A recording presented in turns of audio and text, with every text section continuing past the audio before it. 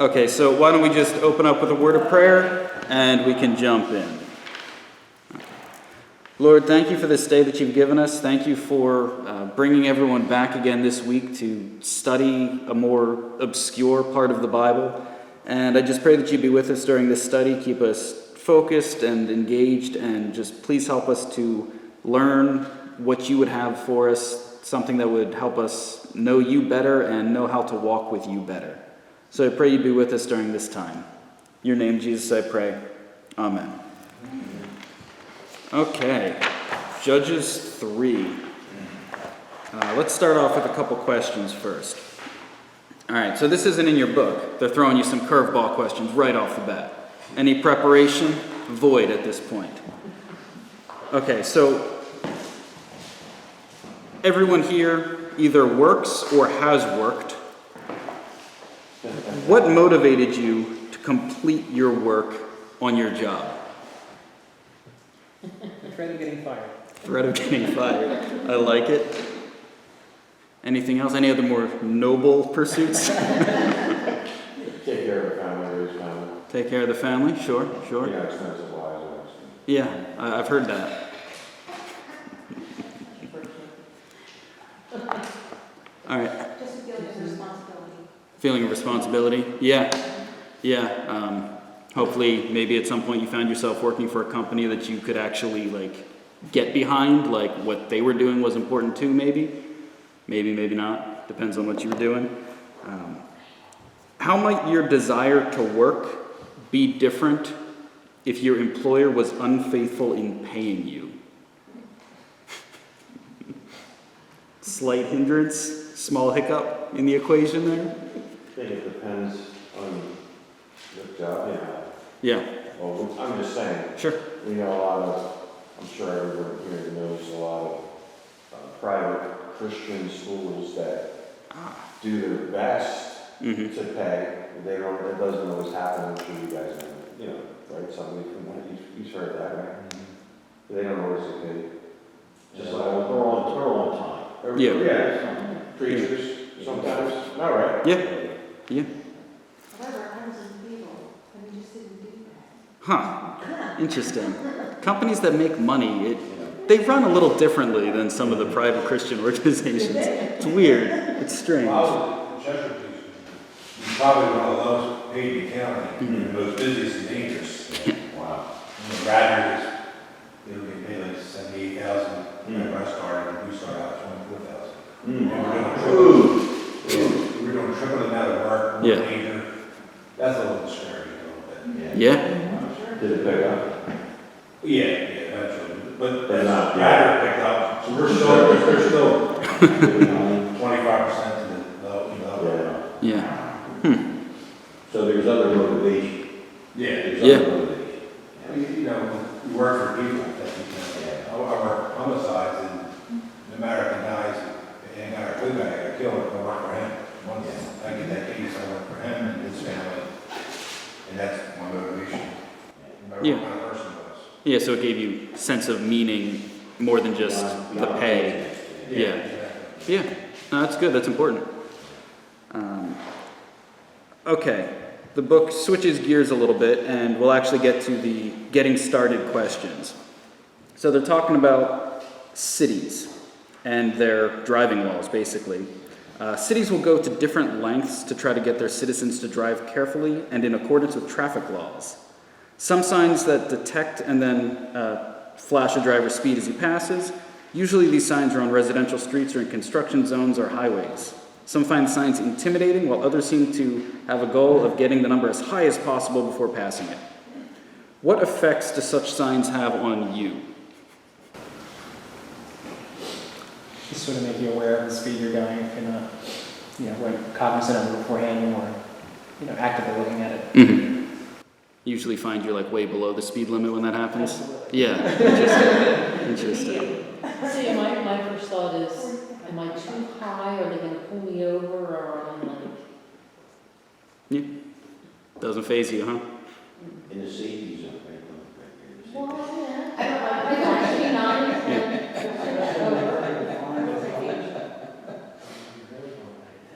I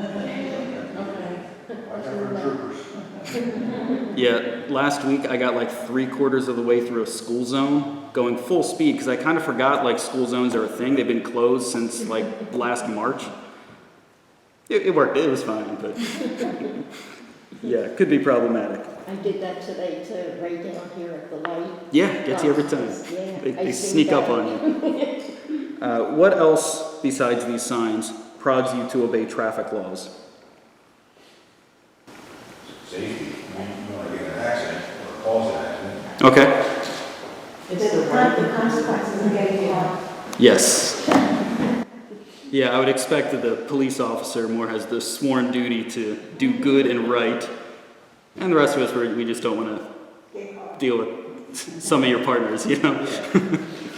Yeah, there's a good mix of everything in there. Okay, so we'll jump into the text, but first I want to ask, can someone define the word theocracy? What is a theocracy? It's not a term we hear much.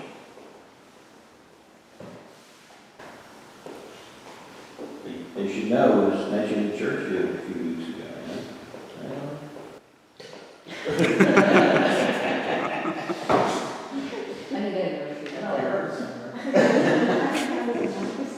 know.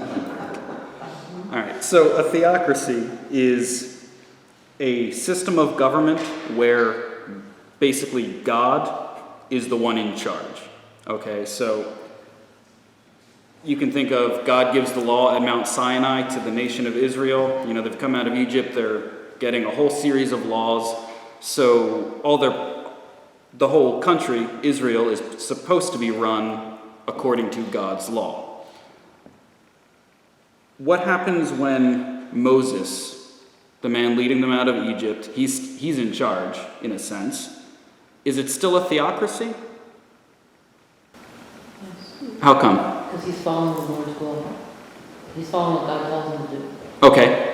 So he represents God, but God is in charge. Mm-hmm. And what God gave is cross religion, it's civic, it's everything. Mm-hmm. It's the criminal law, everything is dictated by him. Mm-hmm. So you have some sort of person in between, you have a leader that still represents God, speaks for God, sort of like an ambassador.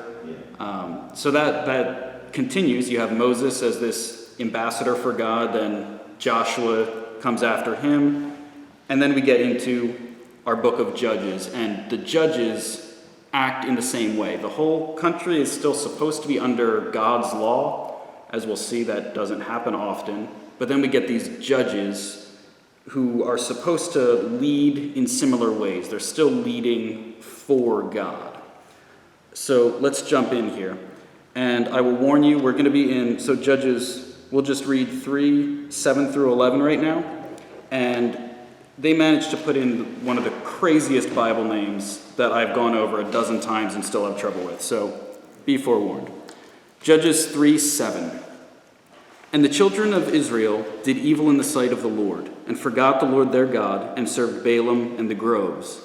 Therefore the anger of the Lord was hot against Israel, and he sold them into the hands of Cushan-Rishathaim, king of Mesopotamia.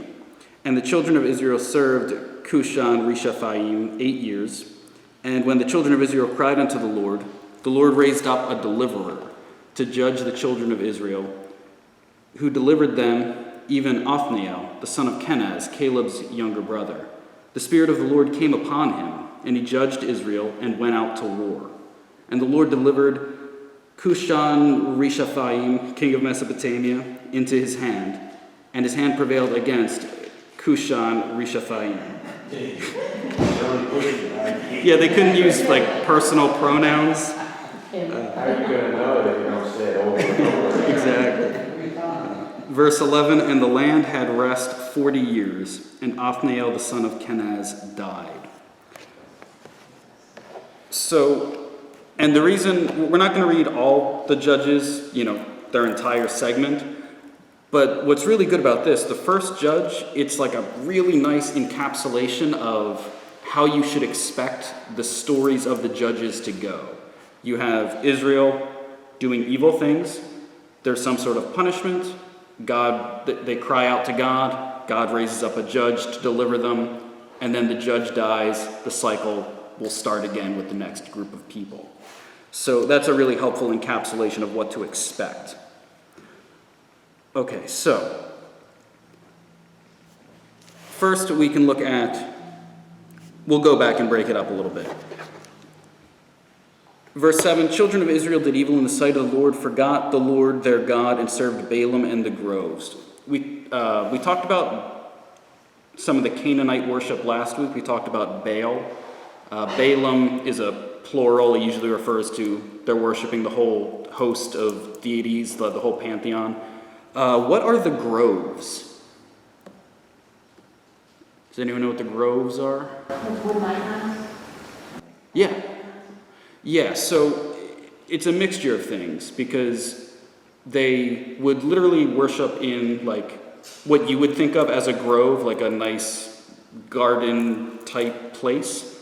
But yeah, they had these wooden icons, these wooden statues that would represent typically Baal or Asherah, Ashtaroth. There's a handful of deities that they had these idols to.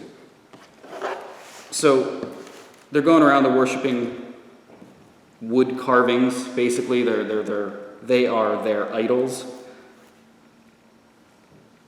Question 3 in your book, and I'm not sure what we'll take from this, but what was ironic about Israel worshiping wooden images instead of God?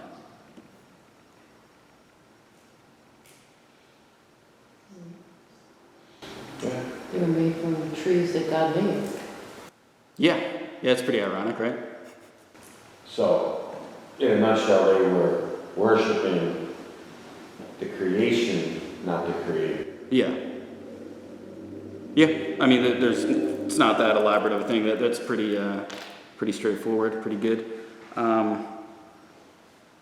Question 4, what particular part of a tree shows that God has a long track record of faithfulness? This was an odd question. Are you talking about the rings?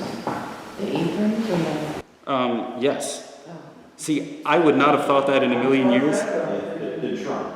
Yeah, I would think like, oh, they're big. It's been around for a while. No, yeah, tree rings. See, I thought of the 3 rings first. Okay. And then I dismissed it and thought of 2 other things instead because you don't have any idea until you cut the tree open, right? Yeah, So why would the rings be the right answer? Because you can't see them. yeah. So you got no idea. Yeah, the book makes the comment that the statues would be like covered in tree rings because it's made from the inside of the tree. Yeah, I thought it was a little like an oblique kind of obscure answer, but apparently not. So, okay. We're still on page 38. There should be a paragraph that starts with Israel's sin. Okay, we see that? Israel's sin was directed against Yahweh. What does that mean? It may seem obvious, but who is Yahweh? It's probably not a word we actually hear even in church often. Lord. Creator or the creator God. Yeah, so it's funny. I was going to say English, but in most Bible translations across languages, we don't actually get the proper name of God very often in the Bible. And it's strange when you have we have the false gods of Baal, Ashtaroth, all these different gods, and then ours is just God or Lord, which are both very generic terms. So, in case you don't know, when you see the capital, they have it in your book too, the Lord spelled with all capital letters, that's a sign that in the Hebrew text originally, it means the proper divine name. Yahweh is the God of the Bible's actual name. It derives from the Hebrew word for I am, to exist. That's Moses at the burning bush. God says, I am that I am. It's about, basically his nature is existence, self-existence, everything, life flows from him, eternal. And I don't know why they threw it in here, but it's there, and I thought, okay, we should talk about that term a little bit. So, in case it throws you off, if it comes up again going forward, Yahweh is the proper term, the proper name of the God of the Bible. The Hebrews decided to not write that out in their text after a while because they thought that the name was too sacred, too holy to repeat casually in any way. So that's how we get the capital Lord. That might come up later, I'm not sure. Who has Deuteronomy 8:14 through 19?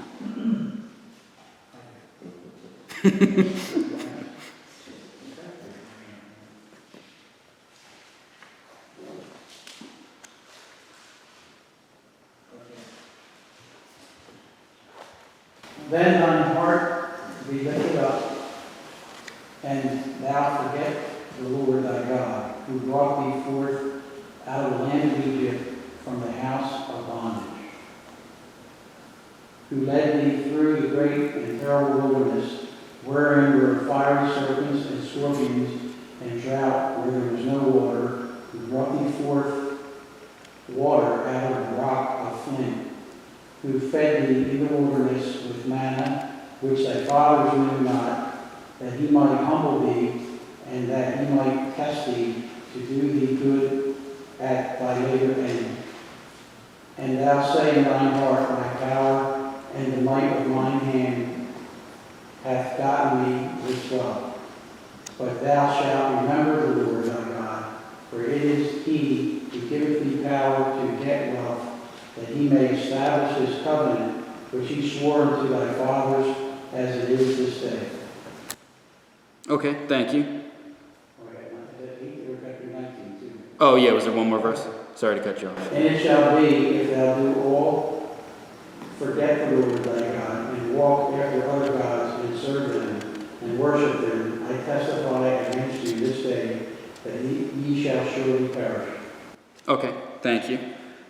So towards the bottom of page 38 in your book, it says, Israel came to believe that they were responsible for their wealth. How? Why?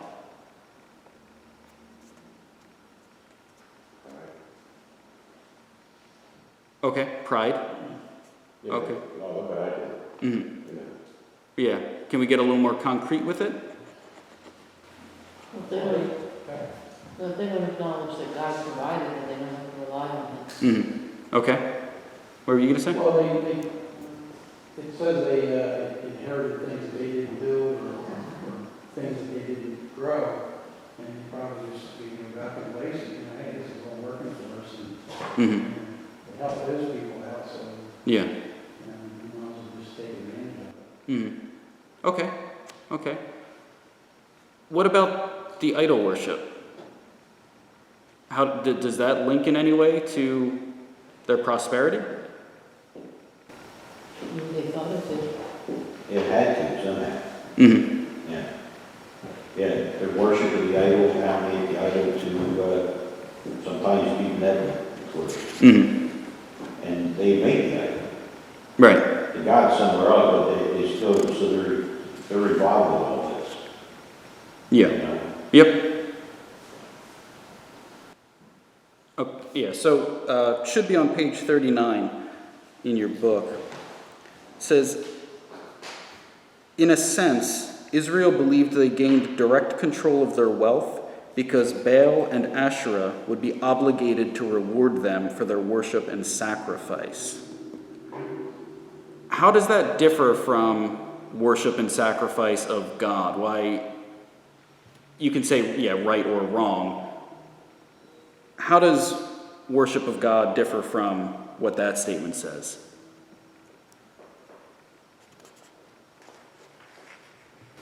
I guess God's laws are more stringent. It's more strict than they should have been, the guidelines God put forth. But if the idol worship is kind of like anything goes, and look like they had a good time, and they weren't bothered by it, probably. It's probably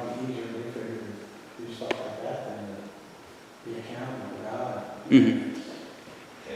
God want to be worshipped for who he is. And the idol worship is this for that.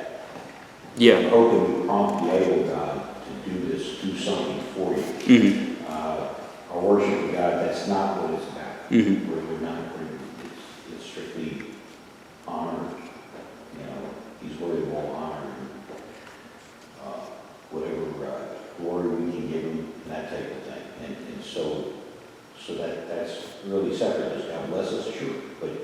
But I'm not worshiping God to get something from him. Mm-hmm. Because if I'm doing that, then I'm really not worshiping the Spirit of truth. Mm-hmm. So the idols are different. You're working those gods to get what you kind of. Yeah. Yeah, and that's a big distinction in biblical worship, and especially the ancient pagan religions. It's more of the idea, so the book actually said that Baal and Asherah would be obligated to reward them.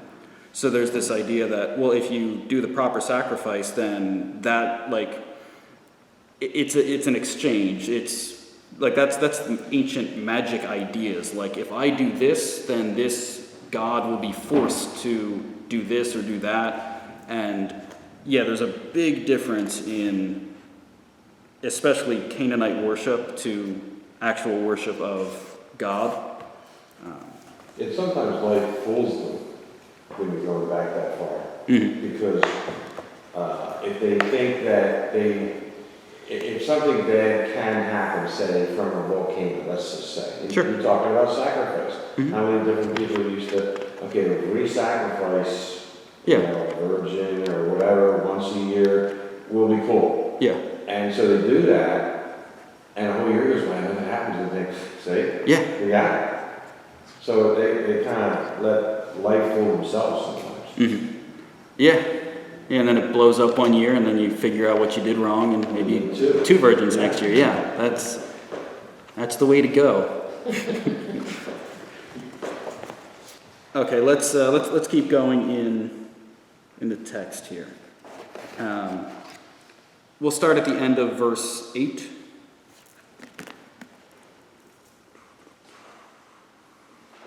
And the children of Israel served Cushan Rishathaim 8 years. And when the children of Israel cried unto the Lord raised up a deliverer to the children of Israel who delivered them, even Othniel, son of Kenaz, Caleb's younger brother. And the Spirit of the Lord... And the Spirit of the Lord came upon him. He judged Israel and went out to war. The Lord delivered that king of Mesopotamia into his hand, and his hand prevailed against that king. And the land had rest 40 years. Okay, so it says God sold them into the hand of the Mesopotamian king. What does that mean to you? Like, it doesn't actually explain a lot. Does it allow them to be defeated by the king or become like tributaries to him in some manner? Yeah, tributaries. Yeah, that's the word I would use. Okay. Yeah. Look, you had something to say earlier.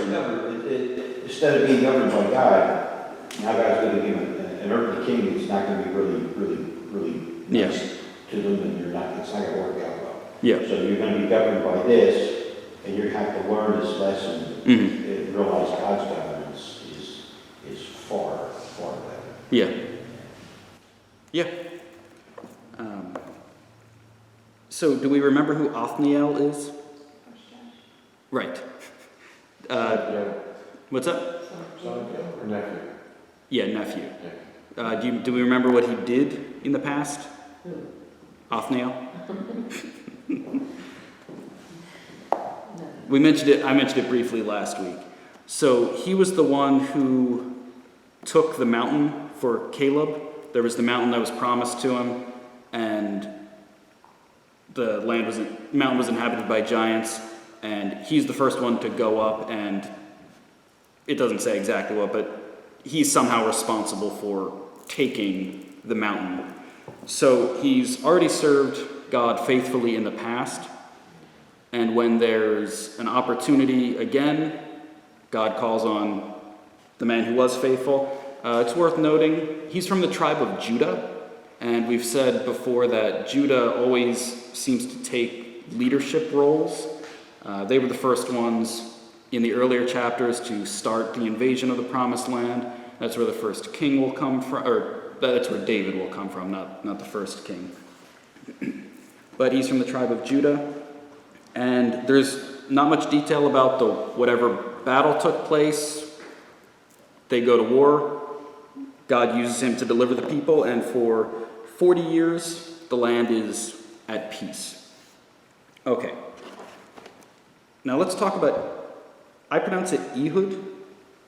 That's good. I've heard a few different pronunciations. It's the middle vowel that seems to throw some people off.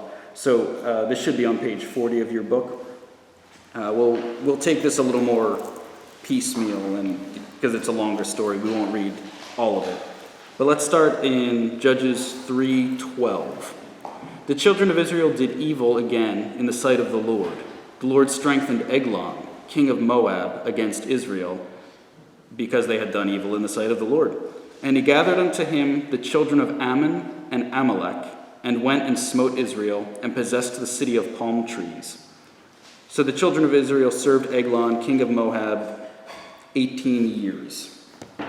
Okay, so it's following the pattern that was set up by Othniel, but this sort of goes into a little more detail as the story unfolds. So, first of all, does anyone know what the city of palm trees is? Jericho? Yeah, interesting. I didn't know that off the top of my head. Florida. So that's Jericho. Apparently, the city is around Jericho, and in Jericho are all these natural springs, and that's why people wanted to live there for a long time. And it had, trees within the city because of the natural water source. Okay, so Judges 3:12, what we just looked at, about halfway down, says, "And the Lord strengthened Eglon, king of Moab, against Israel." What does it mean that he strengthened him?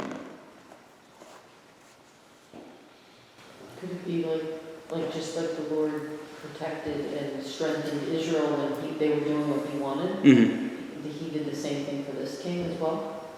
Yeah, seems like he sort of raised him up in some fashion. Do we have another example? Can you think of anywhere else where this happened in the Bible? Are you talking about Eglon or Ehud? Eglon. Okay, Yeah, the bad king. all right. Well, Yeah, I mean, it's over and over again. Egypt, Yeah. Babylon. Yeah, it happens a lot. I think what we can come to realize, right, is that whether people who follow the Lord or not, let's say people who don't follow the Lord, they don't necessarily realize that God can work through them just as much as he can work through anybody who does follow the Lord. Yeah. And in this case, because it serves its purpose. Yeah. Is this still a thing? Yes. Personally, I think so. Okay. I don't know if we can tell, Yeah. but I really think so. Okay. Yeah, are we... Because God's done it all through ancient history, human history, that kind of thing. Yeah. I would tend to agree simply because he's my pastor now. No, I would, because how often do maybe all of us, maybe some of us, say with belief that no matter what's happening in the world, God is in control. Mm-hmm. So if God's in control, then it probably is a good chance it still happens. Yeah, he's sovereign, he orchestrates it. We may not see it like we don't see a lot of things, but Yeah, and that puts a very interesting spin on modern day politics or history if we actually take this concept seriously. And I'm sure Eglon did normal kingly things. You could say oh, well, yeah, he had more money for the military because, he revived industry in the country and maybe the new tax system and this and that. And you could point to a lot of earthly things, but the Bible, I'm sure it doesn't deny that, but then there's something going on behind the scenes that even with normal earthly things happening, one king going to war, one group doing this or that, there's a whole spiritual thing above or below that plays into it in ways that I don't think we think about enough, probably. Who has Daniel 20, 2:20? Yeah, Yeah, I couldn't remember who else took a note. Daniel answered and said, "Blessed be the name of God forever and ever, for wisdom and might are his." Verse 21? Oh, okay, it just says 20 on here. Oh, And he changeth the times and the seasons. He removeth kings and setteth up kings. He giveth wisdom unto the wise and knowledge to them that know understanding. yeah. So the question 8 says, to what extent does God control who's in political positions in the nations of the world? We sort of discussed that, although maybe that's a little different flavor on it. We said, okay, this still happens. To what extent?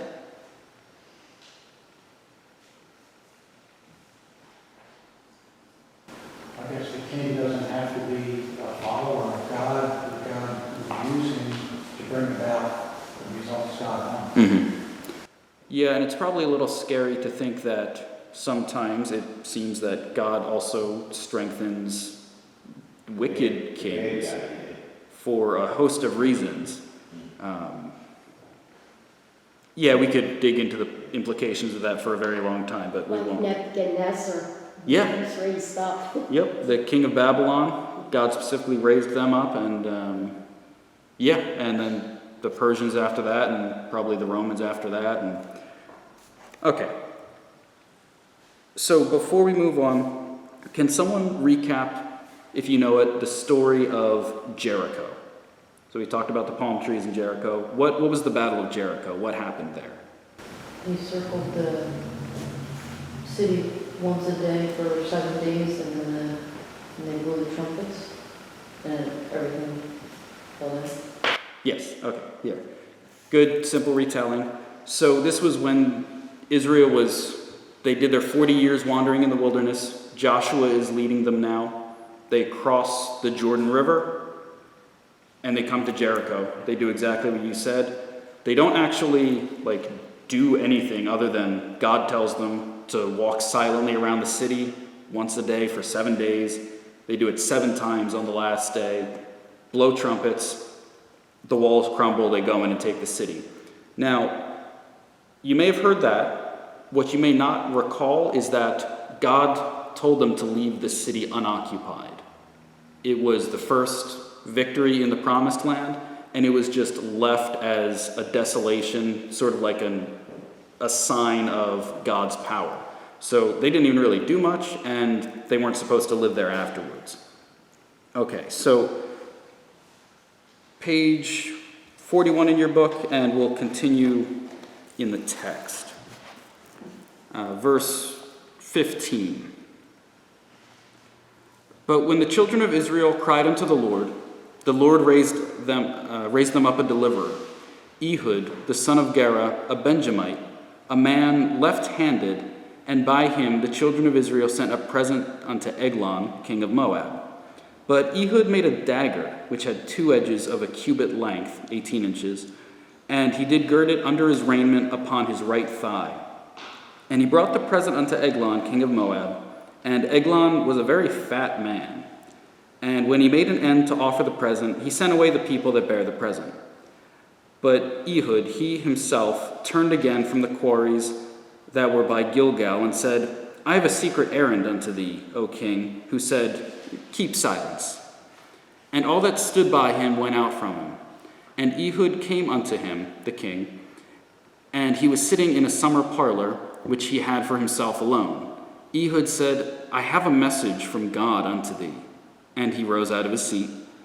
And Ehud put forth his left hand, took the dagger from his right thigh, and thrust it into his belly. And the haft went in after the blade, and the fat closed upon the blade, so that he could not draw the dagger out of his belly. And the dirt came out, sort of like his innards, basically. Then Ehud went forth through the porch, shut the doors of the parlor upon him, and locked them. Okay, so that got dark really fast. Okay. The visual on that was awesome. Yeah, they're sort of setting up this like Jabba the Hutt figure. That okay, so Ehud, and Greg will at least get the reference. I always think of the guy from Assassin's Creed. That's who I always picture as this left-handed assassin. So he's from the tribe of Benjamin, and Jericho, where the Moabites took over, that's in Benjamin's area, so it kind of made sense that God used him. And for what it's worth, the book says that the tribe of Benjamin later developed a specialized force of 700 left-handed soldiers who could sling stones with amazing accuracy. I don't know.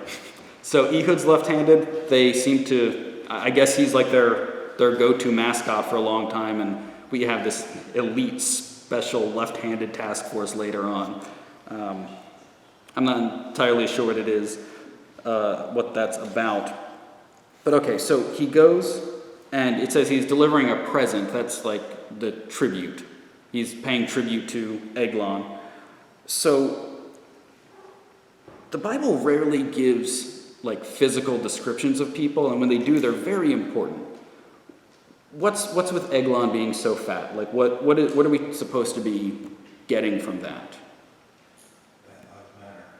That doesn't matter. Not in this case. Lots of money, lots of food, that's, Yeah. Okay, yes. Prosperity. Yeah, Yeah, he's doing really well. yeah. What's up? Well, I did the Ah. lesson, so I got you. I know the answers. So Yeah. I'll let it go. Okay. Yeah, so prosperity, he's fat, he's gorging himself, and Israel is paying them tribute year after year. Israel is like under his foot, if you will. So you have the idea that like this wicked king is, getting fat off of the things that Israel should have for themselves, but they're forced to pay. So I think there's a little like, yeah, it's a physical trait, but there's definitely a moral implication to it that this wicked man is, getting fat off of the work of the other people. Okay, so did you notice in the text that Ehud gave the tribute and they left? Like everyone leaves, and it says around the quarries, I forget what town it was. Around the quarries of Gilgal, he decides to go back, and that's when this assassination takes place. What does that tell us about the situation?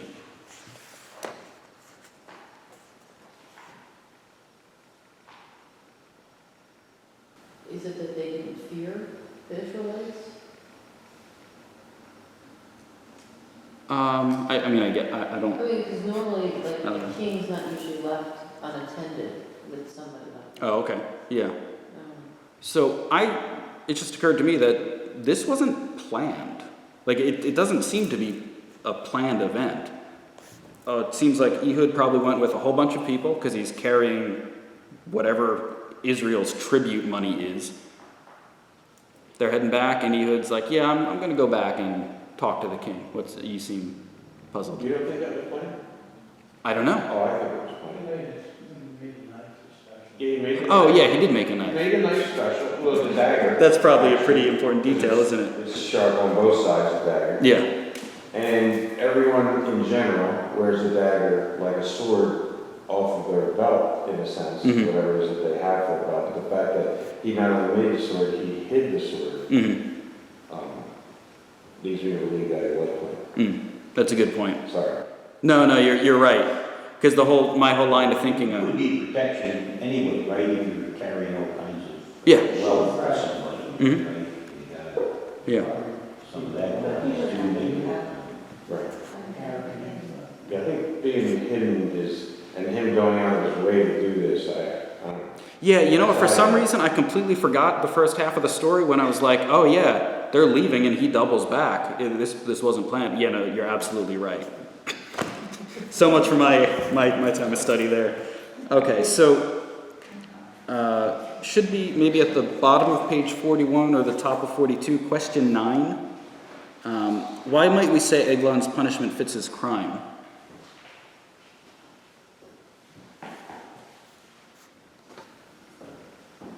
But because he gorged on what God's children got there, that they brought to him to work for him. Yeah. And we've seen this a little bit throughout Judges, even so far. Remember the king earlier who, the thumbs and the toes. He had done this to a whole bunch of kings, and then they did it to him before he died. So you have this king who's so fat by the increase of others, and he gets stabbed in the stomach. The sword even gets stuck in there, and the innards sort of come out. Can you tell that again? Yeah. You want more detail? Yeah. I took it even a step further, maybe I'm not right, but I looked way back. Mm-hmm. So the Lord promised the Israelites the land of milk and honey, Okay. which in my mind, it's saying like this is a rich land full of, Mm-hmm. good things. And like we're talking about, agriculture is a big deal. Yeah. So it's kind of like, it's almost like God's almost using this guy to shove that promise that he gave them in their faces, because look at you keep screwing up. You trust me, and then you don't. You hate me, and then I have to do this. And then you do it again, and then I have to do this. And it was sort of, to me, it's like symbolizes that he's living over what they could. Not that they would want to be fat. Right. But Right. that's all. Yeah. No, and that's. I mean, not that it wasn't physically doing, like you said, what they were giving him truth, Right. But I just looked at it, not allegorically, that's not the right term, but. I mean, it's not the wrong term. But And I'm sure there's an element to that, I'm sure. But yeah, this time reading through Judges is when I've been noticing, like, oh, it seems like whatever wicked thing someone is doing, in the end, there seems to be this theme of like retribution. Yeah, that's the word I'm looking for. Of retribution, where it's not exactly one for one, but they seem linked. It's almost eye for eye, tooth for tooth. Kind of. And going forward, I'm curious. Yeah, I hadn't read this with that eye in the past, so I'm curious going forward to see if this pattern keeps up. Okay, so finishing up Ehud's story in 3:27. And it came to pass, when Ehud was come, that he blew a trumpet in the mountain of Ephraim, and the children of Israel went down with him from the mount, and he before them. And he said unto them, Follow after me, for the Lord has delivered your enemies, the Moabites, into your hand. And they went down after him, and took the fords of Jordan toward Moab, and suffered not a man to pass over. What do you notice about what he did there? Anything jump out at you?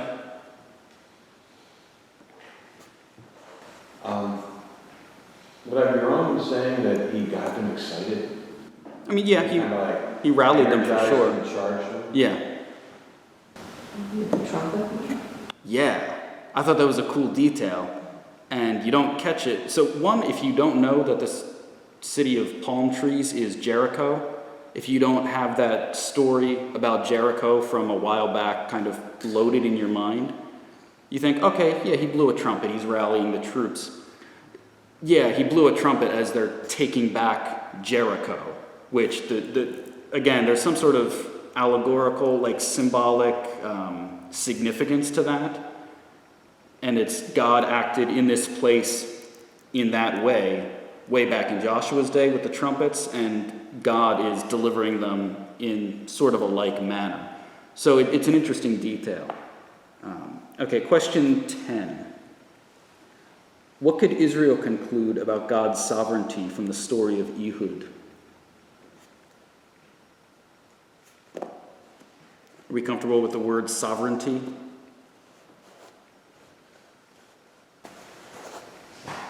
He's still in charge. Yeah, over what?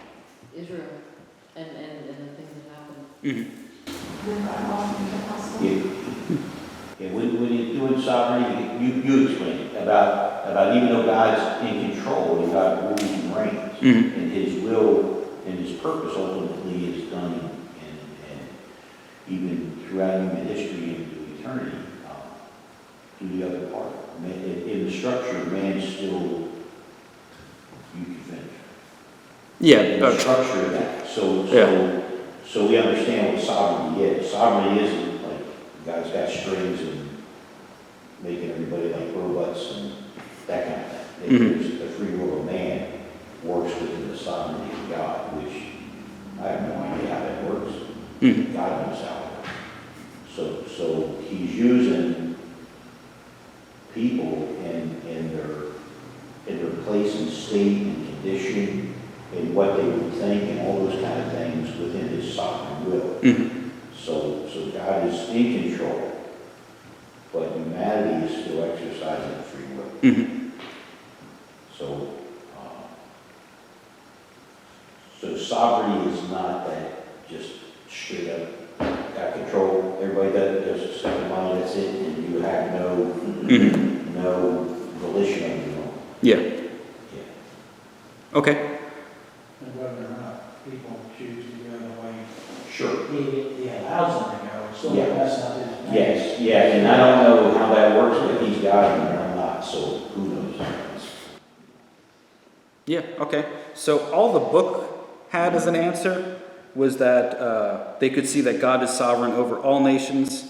He uses His sovereignty both to oppress and deliver. God is always just in how He exercises sovereignty. The book didn't necessarily take it into like a whole free will. So we shouldn't get into it. I don't think free will was ever on the minds of ancient people. Like, I think that's a more modern concept where they're like, you know, like nihilistic determinism, and we shouldn't get into that because I don't want to explain those terms. So, yeah, so God somehow used his will to raise up a wicked king in order to deal justice to His own people, and then also raised up Ehud to save His own people. And there's a lot about God's sovereignty, God's rule over the world that's expressed here. And we could dig into it more, but we need to get to the last judge. All right.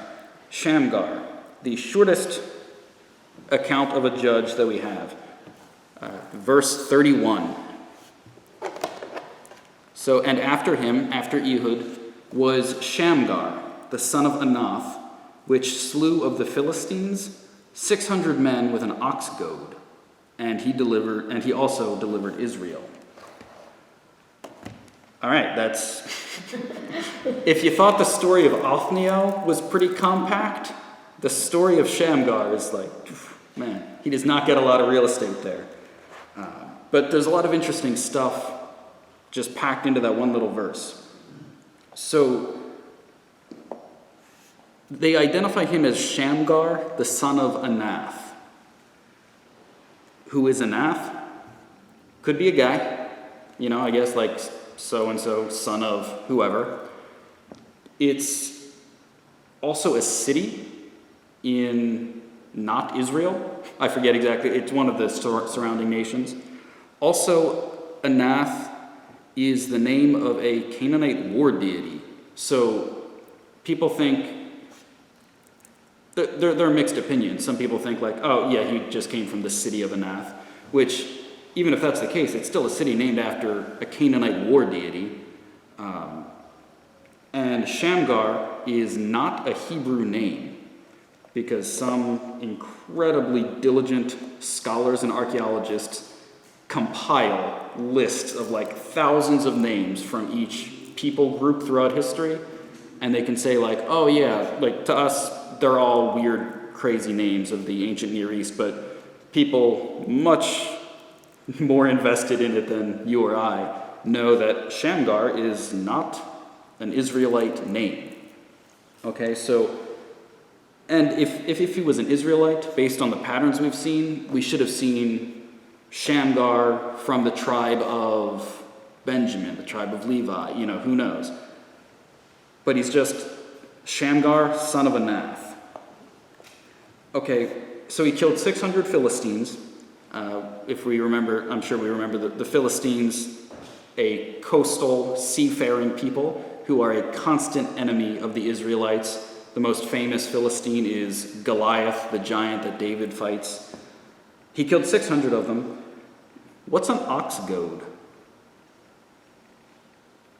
It's a large stick. Yeah, it's a big pointy stick. Yeah, they were like 8 feet long. They had a sharp end on them, and they're used to just herd the ox, get it to move along. And, you kind of hopefully poke it lightly at first, and then if it doesn't move, you poke it a little bit harder. And ancient farming right there. So, question 11 in your book, it's on page 42.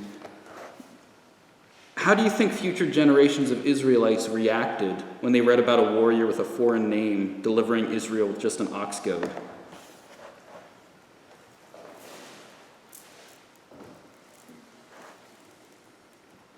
Blame's on our side, right? Yeah, tough guy, right? I was going to give another funny answer. He is a friend of Samson's. Yeah. It's very Samson-like. Yeah. Sure. Yeah, Samson, I always basically picture Samson as Conan the Barbarian. Like, that's just the mental image there's a lot of random mental images for me assigned with this book. Yeah, because he killed, I forget how many Philistines with the donkey's jawbone. And what's up? But doesn't it show that God can use anybody, but it doesn't have to be a warrior? Yeah. I mean, because he uses an ox goad. I mean, that's just stick. In terms. Right. And to build on that, David was not considered a warrior. Mm-hmm. He was like this young kid, really. And the slingshot was one of the war weapons. Yeah. Of course, he was probably left-handed too. You should check that out. Well, he's very artistic, so it kind of goes hand in hand, So yeah, like Don said, if they got this, that God can use anybody. Yeah. Because, like you said, he's not from there. Mm-hmm. And he can use anything. Yeah. Yeah, and they're kind of left without excuse at that point. Yeah, you have this foreign guy who, not that that's a problem, but when you consider the nature of Israel worshiping their national god and not worshiping pagan gods, you have this guy coming from the outside who doesn't even have a sword, and he is used to deliver Israel. And I think David is very similar because, there's a whole army in the story of David. You have a whole army arrayed against the Philistine army. There's this one giant who, one-on-one fight. None of the trained soldiers, not even the king, wants to fight this giant. A kid who has no right being there, really. He shouldn't be fighting the giant. He takes some stones in his sling and defeats the giant, and it's kind of like, where are all your excuses now? So you kind of have similar concepts in Shamgar and in David. It's interesting. And if you remember back when Moses is at the burning bush, that's when God is trying to get him to go to Egypt, and he kind of keeps coming up with excuses. And eventually God says, "What is in your hand?" There's this important line, and it's funny, at that time he has a stick as well. It's his staff, the rod. And that's the thing that, in order to do some miracles, some signs, so that the people believe Moses, he throws down his rod and it becomes a serpent. There's that whole thing, and he takes it up again, it becomes the rod. So I think there's a definite, God can use people with what they have, even if they don't necessarily look like some incredible warrior. Probably kind of foreshadows David a little bit, like we were talking about. And it's also probably relevant, I would say, that, so we know like what an ox goad is for. It's for like poking people along, getting them to do what you have for them to do. You know, get the ox to go where you want it to go. And this just happens to be the weapon that the judge is using. The judge is supposed to get Israel back on the path that they're supposed to be on. It's kind of like, yeah, you're cattle prodding them along, in a sense. So, short little thing, but if you sit with the story of Shamgar for a while, I think there's a lot of lessons kind of like that we could see.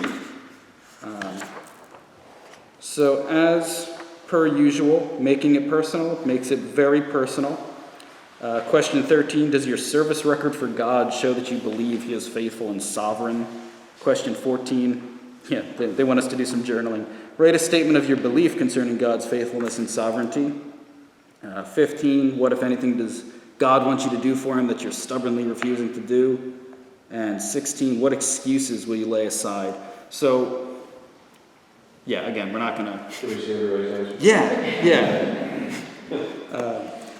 No, so if you do take time out of the week, like we've been saying all along, if you do take time out of the week to look at ahead at the next scripture, you know, if you even want to, you may not be writing these things out like the book suggests, but even if you want to think about some of these things, like, they would be interesting. They'd be possibly very invasive, in-depth looks at yourself and God, depending on how deep you went with it. But we'll leave it there. Any questions, thoughts, comments?